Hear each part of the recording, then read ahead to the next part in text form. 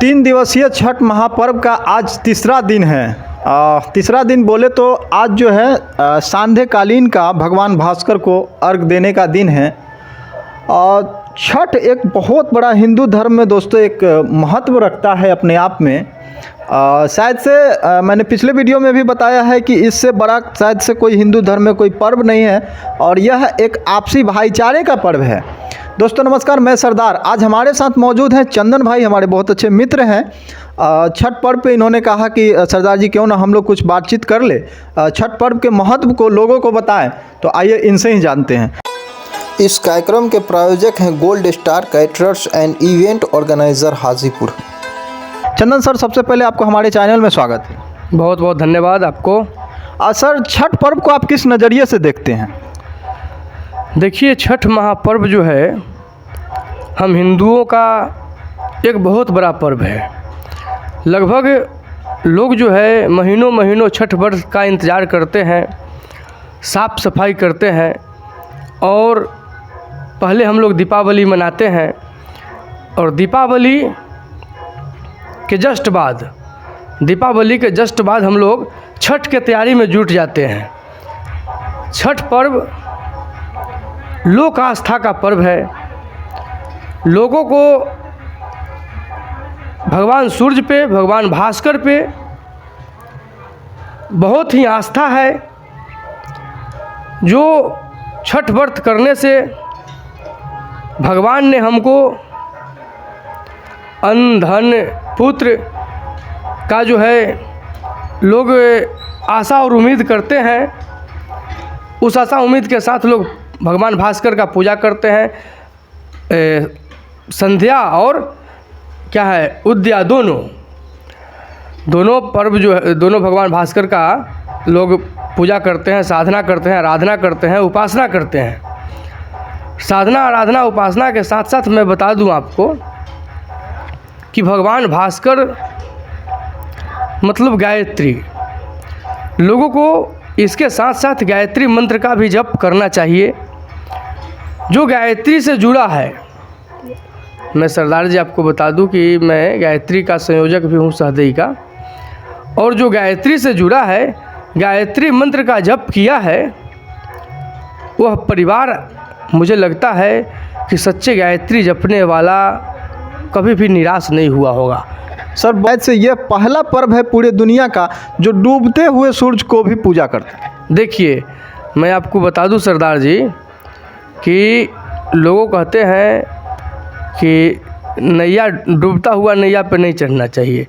भगवान ने यह एक बहुत बड़ा संदेश दिए हैं कि डूबता हुआ नैया भी कभी कभी पार लगा देता है। इसलिए इस संदेश के साथ जो है हम लोग डूबते हुए सूरज का पहले ध्यान करते हैं, उसके बाद उगते हुए सूरज का ध्यान करते हैं। और हम लोग को भगवान सूरज का डूबते उगते हुए ध्यान जो करते हैं, इसमें हमारा एक संदेश है कि हम लोग कहते हैं, गायत्री परिवार या अन्य लोग भी कहते हैं, एक घड़ी पुनियाद घड़ी यादों में पुनियाद, तुलसी संग साधु का कटे घोर अपराध। आपको जब समय मिले, पूजा करने का कोई समय नहीं होता है। आपको संध्या में समय मिले संध्या में करना चाहिए, सुबह में समय मिले सुबह में करना चाहिए, दोपहर में समय मिले दोपहर में करना चाहिए। भगवान का जो है नाम तो लेना ही चाहिए। अभी हमारे हिंदू धर्म का जो स्थिति बहुत नाजुक होते जा रहा है। लोगों में हिंदुत्व समाप्त होते जा रहा है। और हिंदुत्व समाप्त होने का कारण है कि धरती पर जिस तरह का कोरोना वायरस आया। कोरोना क्या है? कोरोना हमको नहीं लगता है कि कोई बड़ा भारी एकदम जो है, लोग कहते हैं कि इसे चाइना फैला दिया। अरे चाइना क्या फैला देगा भाई? कोरोना एक प्राकृतिक आपदा है। उस आपदा से लड़ने का काम गायत्री परिवार के लोगों ने संदेश दिया, हवन करो या गिलोय जलाओ या लोग किए। तो जब कहता है लोग कि जब क्या होता है, सुख में सुमरन सब करे, दुख में सुमरन सब करे, सुख में करे ना कोई। सुख में सुमरन जो करे दुख कभी ना होई। तो लोग सुख में सुमरन तो करना भूल जाते हैं।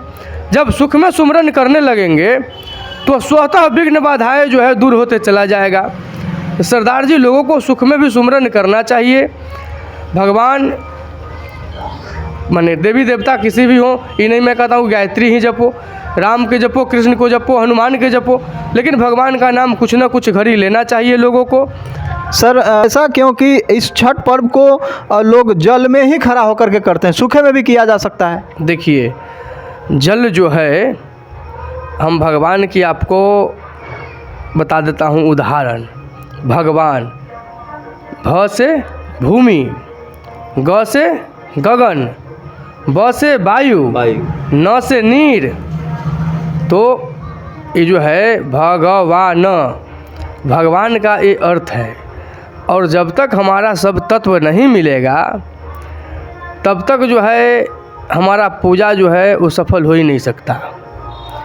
आपने सूखा की बात किया है, सूखा में भी देखते होइएगा कि हम लोग साधना, आराधना, उपासना के लिए बैठते हैं तो जल लेके ही बैठते हैं। और गायत्री परिवार जल को हवन यज्ञ हो, यज्ञ हो, छोटा यज्ञ हो, बड़ा यज्ञ हो, या सहस्त्र चंडी यज्ञ हो, रुद्र यज्ञ हो, उसमें भी जो पुरोहित आते हैं वो जल सिंचन करवाते हैं। होता क्या है कि उससे यह होता है कि हमारे जितना हम 9 दिन में, 3 दिन में जो साधना आराधना करते हैं उसको शरीर में माने क्या होता है, उसको संचार के लिए उस जल की वर्षा की ज़रूरत होता है। और भारतवर्ष के लोग, खास के बिहार वासियों सौभाग्यशाली हैं जो उनको छठ जैसा पर्व करने का अवसर प्राप्त हुआ, और वो भी जल में खड़ा होकर के। तो साफ तौर पे चंदन भाई का ये कहना है कि एक बहुत बड़ी उपलब्धि है हम भारतवासियों के लिए कि एक वैसा भी पर्व है जिसको भगवान सूर्य से और जल से जोड़ करके किया जाता है। सर अंत में क्या कहना चाहेंगे इस महान पर्व छठ के अवसर पे लोगों को? बिहार वासियों को छठ महापर्व के ढेरों सारी शुभकामनाएं। लोग, हर समुदाय के लोग, हिंदू, मुस्लिम, सिख, ईसाई, सब समुदाय के लोग आस्थेवान होकर के छठ पर्व को करें और भगवान भास्कर का ध्यान करें, गायत्री मंत्र का जप करें, गायत्री से जुड़े, क्योंकि गायत्री मंत्र किसी साधु संत का दिया हुआ मंत्र नहीं है, आकाशवाणी मंत्र है।